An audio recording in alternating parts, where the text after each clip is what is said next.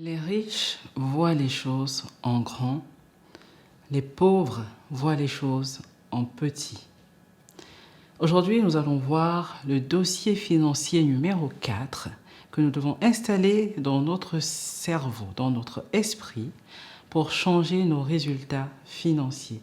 Ne perdez pas de vue l'objectif de cette série sur les dossiers financiers.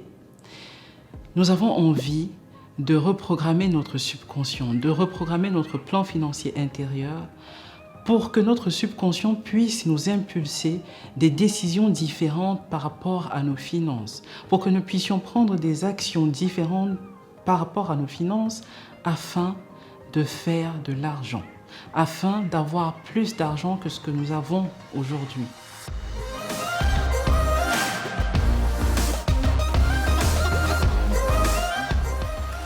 Bonjour les ladies, bienvenue sur Ladies Work, la chaîne des femmes qui gèrent.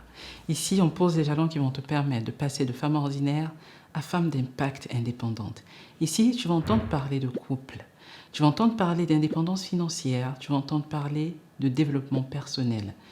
Je suis Habiba, je suis ingénieure en informatique de formation, je suis épouse, je suis mère, je suis entrepreneur. Depuis 2018, j'accompagne les femmes vers leur plein épanouissement en tant que mère, en tant qu'épouse, mais surtout en tant que femme d'impact indépendante. Aujourd'hui, on va parler d'argent. On va parler du dossier financier numéro 4. Vous avez certainement déjà entendu ça plusieurs fois. Je ne vous apprends pas quelque chose que vous ne savez pas. Les riches voient les choses en grand. Les gens qui réussissent, qui font beaucoup d'argent, voient les choses en grand. Les pauvres, les personnes qui ont plus de difficultés financières, on va dire ça comme ça, voient les choses en petit. Et on va en parler dans cette vidéo parce que le but, c'est que nous changeons notre mindset par rapport à ça afin de nous aussi commencer à impacter les vies des gens en grand. Il faut savoir que vos revenus sont proportionnels à la valeur que vous proposez sur le marché. Quand je parle de valeur, je parle de 4 principales choses. Je parle de la demande, le problème qu'il y a à résoudre. Je parle de l'offre en deuxième position. L'offre, c'est la solution que vous offrez pour résoudre le problème. La qualité de l'offre, donc la qualité de la solution que vous proposez, et la quantité. Le nombre d'offres, le nombre de produits que vous allez offrir aux personnes sur le marché pour résoudre leurs problèmes. Dans cette vidéo, on va se concentrer sur la quantité, parce qu'on parle de voir les choses en grand, donc on va parler de la quantité de l'offre que vous proposez sur le marché. J'ai créé la marque Femme est belle toujours il y a à peu près 3 ans, c'est en 2020, et le produit phare de la marque Femme est belle toujours aujourd'hui, c'est la gamme capillaire, la gamme pour cheveux africains Femme est belle toujours. Quand j'ai créé cette marque, mon intention c'était de faciliter la vie des femmes au quotidien, surtout des femmes actives. Et je voulais proposer une gamme exceptionnelle qui allait permettre aux femmes africaines de maîtriser leurs cheveux afro, de sublimer leurs cheveux afro, parce que à ce moment-là, je savais que sur le marché africain surtout, les femmes avaient du mal à trouver les produits pour ça, pour prendre soin de leurs cheveux. Et la majorité les défrisaient ou utilisaient des perruques tout le temps. Et donc la seule chose qu'il fallait faire, c'était d'offrir aux femmes les produits de qualité qu'elles allaient pouvoir utiliser dans leur routine capillaire afin de magnifier leurs cheveux enfin. Et donc, la marque Femme est belle toujours est arrivée sur le marché camerounais parce que mon intention était de toucher la femme camerounaise dans un premier temps, puis d'élargir l'offre à l'Afrique, à l'Occident, à l'Amérique. Et j'ai vu les choses en grand dès le début. Je n'avais pas l'intention d'ouvrir juste une boutique à Douala ou à Yaoundé sur la place du marché pour que les femmes puissent venir prendre des produits. Je voulais toucher le maximum de femmes africaines possible. C'était mon intention. Et aujourd'hui, la marque Femme est belle toujours a le vent en poupe au Cameroun.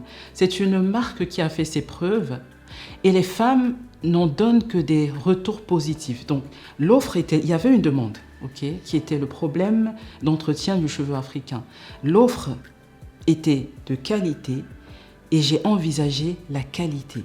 Avant de vous dire ce que vous devez faire quand vous décidez d'ouvrir un business ou si vous décidez de trouver un job, j'ai envie de vous dire que vous êtes tous des entrepreneurs. Nous le sommes tous. Même en tant que salariés, nous le sommes tous. Un entrepreneur, c'est une personne qui résout des problèmes contre rémunération. Donc vous, en tant que salarié, quand vous travaillez pour une société, vous y allez pour résoudre certains problèmes, quel que soit ce que vous faites. Que vous soyez informaticien, que vous soyez architecte, vous allez résoudre des problèmes. Et on vous paye pour ça. Donc nous sommes tous des entrepreneurs. Maintenant, ce qui fait la différence entre un entrepreneur à succès et un entrepreneur qui a du mal à joindre les deux bouts, c'est sa vision. Celui qui réussit et en vie a pris l'intention dès le début d'impacter la vie du maximum de personnes possible. Quel que soit ce qu'il fait, encore une fois, ce n'est pas juste en créant un produit vous-même que vous pouvez placer cette intention-là. Quand vous allez chercher du travail, placez l'intention d'aller dans cette entreprise-là pour faire le maximum possible. Voyez grand. N'allez pas dans l'entreprise juste pour faire ce que vous avez à faire. Faire le minimum possible. Je suis ingénieur en informatique, on va me recruter pour être ingénieur réseau. Je vais faire le minimum possible, m'arranger à ce que dans l'entreprise, les gens puissent échanger les informations, que le Wi-Fi puisse être disponible tout le temps. Je fais que ça, je ne sais pas de faire plus. Vous devez avoir l'intention d'impacter au maximum la vie de votre entreprise. Et cette intention-là va faire la différence. Quand quelqu'un ouvre une boutique, vous savez, en Afrique, on ouvre une boutique dans un quartier. En général, les gens n'ouvrent pas la boutique dans l'intention d'en ouvrir d'autres dans d'autres quartiers, puis dans d'autres villes du pays, puis dans d'autres pays de l'Afrique. Très peu de gens ont cette intention de départ. Je veux juste avoir ma petite boutique quelque part où je vends du pain, je vends le nécessaire pour servir les gens qui sont aux alentours. Parfois, ce n'est même pas tout le quartier, c'est juste les gens qui sont autour, les voisins. Changez l'intention. Changez l'intention et donnez-vous les moyens d'étendre votre business. Parce que même en tant que boutiquier, vous résolvez un problème. Les voisins n'ont pas à aller au marché, aller dans les supermarchés pour acquérir quelque chose. Vous êtes dans le quartier. Donc, ils sortent de chez eux, ils achètent quelque chose très rapidement et puis ils rentrent à la maison. Les personnes qui passent devant votre boutique ont besoin de quelque chose, elles s'arrêtent et prennent quelque chose. Mais ne vous limitez pas à votre quartier. Faites-le pour d'autres quartiers. Vous allez résoudre les problèmes des personnes de votre quartier et vous allez résoudre les problèmes des personnes des quartiers de votre ville, puis des villes de votre pays, etc.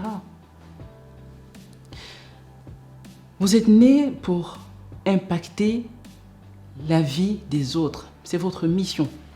La mission de tout être humain, c'est d'utiliser les dons que Dieu lui a donnés pour améliorer la vie des autres. De toutes les façons, vous devez le faire. Okay? Maintenant, tant qu'à faire, vaut mieux le faire à grande échelle. Parce que ça va vous rendre riche. Okay? Et la richesse ne sera pas que la richesse financière. Vous allez être riche spirituellement. Ça va vous enrichir mentalement, ça va vous enrichir émotionnellement, ça va vous enrichir relationnellement parlant. Plus vous aidez du monde, plus vous vous sentez bien. Plus vous aidez du monde, plus vous vous enrichissez. Mais alors, qu'est-ce qui vous empêche d'y aller? Est-ce que c'est votre ego? La peur? Est-ce que c'est la peur de « qu'est-ce que les gens vont penser si j'échoue ?» J'ai peur. Et c'est votre ego qui vous paralyse. Cet ego qui est complètement concentré sur vous. Moi, ma petite personne, je suis beaucoup trop petite pour pouvoir impacter les vies des autres efficacement. Je suis beaucoup trop petite pour pouvoir faire ci. J'ai peur de ne pas être à la hauteur. Travaillez à envoyer balader votre ego parce que si vous le laissez dans votre vie, il va vous inhiber. Il va vous empêcher de faire ce pourquoi vous êtes venu sur cette terre à grande échelle. Il va vous empêcher d'accomplir votre mission comme il se doit. Donc, voyez grand. Voyez grand.